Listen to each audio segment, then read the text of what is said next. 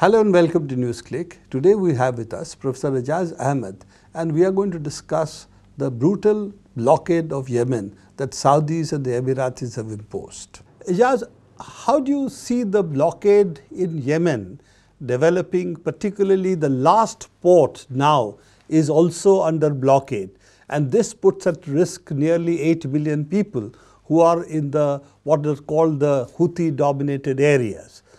How do you see this developing? Because the world seems to be completely silent on this issue. Well, my sense is, Praveen, that they have been preparing actually for an assault since December.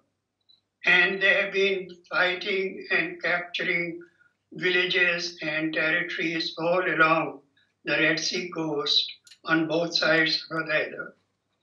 They are now even on the outskirts of the city. And this blockade means that the city is surrounded from all sides and the supplies are entirely dependent on Emiratis and Saudis letting them go in. It aggravates the humanitarian crisis enormously.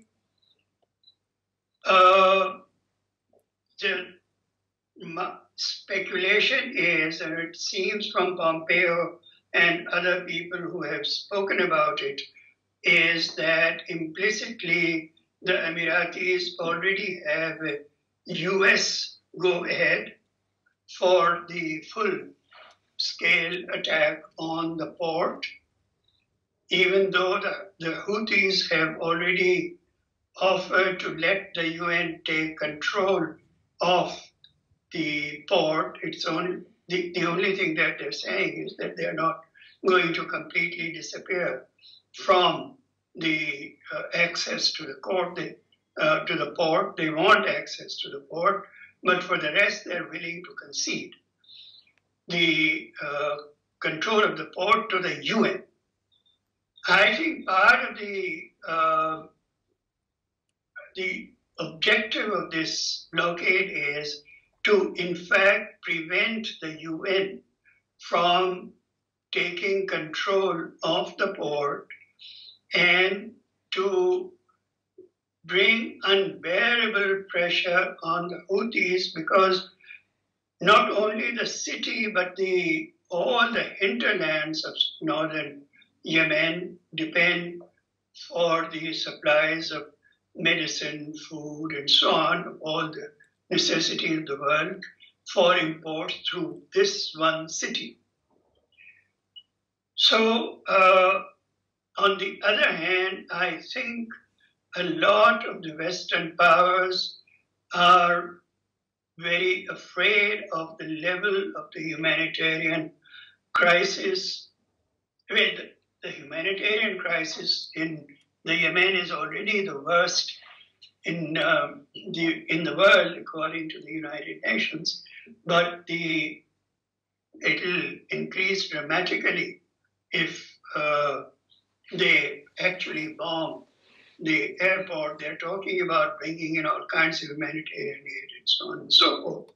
But at the moment, I think it's a sort of war of nerves, putting the pressure on the UN envoy to say, we are here, we are ready to move, please, this is your last warning, get the Houthis to surrender.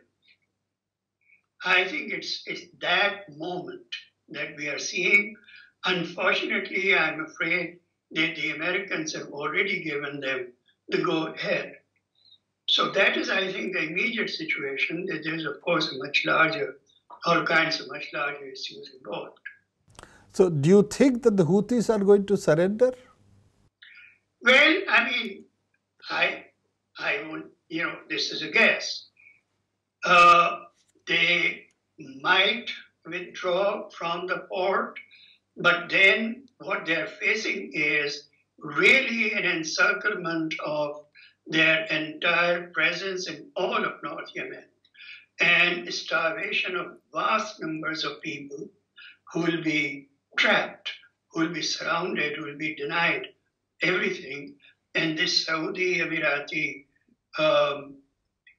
combined, backed by Britain and the United States, certainly the quartet, as they call all the four of them collectively.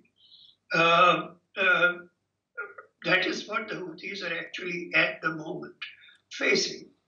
If their supplies continue, they can last in the hinterlands forever. There is no way these mercenary armies can break through the Houthi strongholds in the highlands. So it's a very, very critical moment. What the Houthis are going to do at this moment is anybody's guess. Two questions. One, let's start with the issue of the scale of the humanitarian crisis. What we have seen is that we have had more than 1 million cholera cases, something which is unheard of today when you have the ability to provide decent water supplies, drinking water to the people, which of course has collapsed completely in Yemen. We have had the rise of various communicable diseases, no schools, no hospitals, no medicine, and a complete silence in the global media on this, while the slightest thing that happens in Syria, for example, gets global attention about the barbarity of Assad and so on. How do you see the global media or the global, in fact the entire community of nations, be so silent on such a humanitarian crisis on a scale that we haven't seen before, at least in recent times? Well, in Syria, whatever the Syrian government did got greatly magnified in the Western media, but not what the jihadis and so on, but all of them did. The impression in the media was given that everything was being done by the Syrian government. But I think here the real parallel is with Palestine. Any rocket falling from Gaza into Israel becomes an international event, but killing of thousands upon thousands of Palestinians in broad daylight, as went on for weeks, gets hardly any headlines in the West. The same thing happens if the Houthis manage to send some little rocket into Saudi Arabia. The Western media starts playing it up as the barbarity of the Houthis. But what happens to the population of the Yemen, the coverage is extremely sporadic. The reason why there is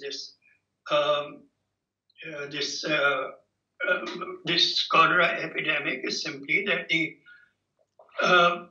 the Saudi Emirati alliance has bombed all the power stations and so on. So sewerage systems cannot function, water purifying systems cannot function. They have even banned the import of saline tablets into Yemen to clean the water. So this epidemic is the creation of this quartet, and Americans are very much a part of it.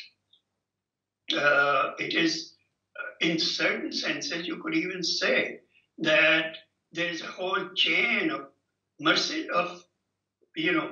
sort of proxies fighting for proxies. A huge mercenary army has been recruited under the supervision of Eric Prince, the notorious American corporate fellow, commanding huge numbers of mercenaries all over the world. They have come in and created an army of mercenaries, which is fighting in the Yemen. These people are being given all kinds of support, refueling, the imagery from the satellites and so on from the United States. The US and the UK are fully involved in this war. And none of it is in the media, none. The alliance that is fighting the Houthis, who are really in the sense relatively virtually no resources, as it were. And against them we have the United States refueling, as you said, providing strategic support, the UK doing the same, mercenary armies, you talked about Derek Prince, Blackwater fame, and also his sister is now in the US cabinet, the education secretary. So this is also, now you have mercenaries recruited from Colombia to various parts of Africa. So you have a huge mercenary army which is being deployed. Right. So this is something which nobody seems to be wanting to bring up or resist, because if you see Syria, at least there was a resistance force. Yemen, we don't really seem to see that kind of resistance support from outside. Partly is it because it's landlocked, or strategically that the Houthis were relatively, shall we say, not in alliance with anybody, in spite of the fact that US keeps on talking about Iran and so does Saudi Arabia. Yeah, but I want to take up this issue of Iran. You know, this is everywhere. I was reading the other day a report by the International Crisis Group, which is supposed to be this neutral, independent body. The entire report is written from the point of view of the Emiratis. And again, Iran comes up all the time. And the pretense is that Houthis are proxies for Iran because they are Shia. Now, first of all, in the sectarian map of Islam, Houthis are not the same or anywhere near the kind of the Asna-Shari Islam that is Asna-Shari Shiism that is in Iran. The real problem here has nothing to do with Iran. America knows it. Americans are pretending that they're supporting all these people, Saudis, Emiratis, against the Houthis because this is part of their struggle to contain Iran. It's absolute hokum. The Saudis want to turn Yemen into a dependency of Saudi Arabia, whereas Yemen has even territorial claims on the eastern part of Saudi Arabia. It is a Saudi initiative to destroy any independence political force in Yemen. The Houthis are opposed to all of that project of the Saudis, and the fight is really between the Houthis, who want both to protect themselves as well as to protect the Yemeni sovereignty on the one hand, and the Saudi project of turning Yemen into a total dependency. But Saudi Arabia, it has nothing at all to do with Iran. Any last thoughts on how you see the things develop in Yemen, or is it going to be bleak as it is now? At the moment, I think whatever happens, the picture is going to remain very bleak, precisely because there is absolutely no will among the major powers in the world to bring the Saudi and Emiratis on to the table of some discussion of a negotiated settlement of this. When Sweden asked at the Security Council, presented a resolution asking the Saudi Emirati alliance to have a ceasefire in place so that the negotiator appointed by the United Nations can do his work. His resolution was opposed by the UK-US combined. There is no will there to reach any kind of settlement or to pause in the war and deal with the humanitarian situation. So my sense is that the moment that it is really very, very bleak here, and partly because at the moment Saudi-Israeli-American alliance is now so tight that whatever constraints the US might have put upon Saudi Arabia in the past are now not possible because of this very tight tripartite alliance in which Saudi Arabia is facilitating the Israeli project of total occupation of annexation virtually of all of the Palestinian lands. And Houthis are in the eyes of that storm. So I'm fearing for the worst, Prabir. I'm fearing for the worst. Thank you. Rather bleak note, but that's the situation that we see in Yemen. That's all the time we have today. Do keep watching Newsclick and also look at our webpage and YouTube video.